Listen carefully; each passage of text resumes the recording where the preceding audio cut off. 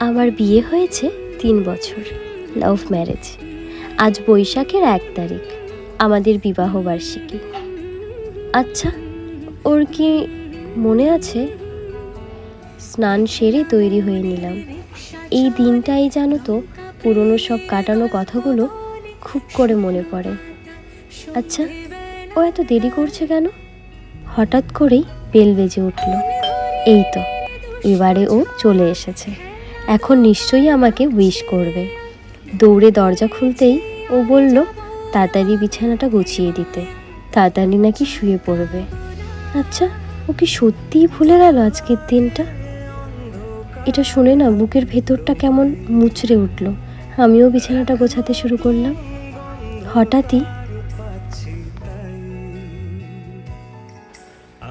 শুভ বিবাহ বার্ষিকী।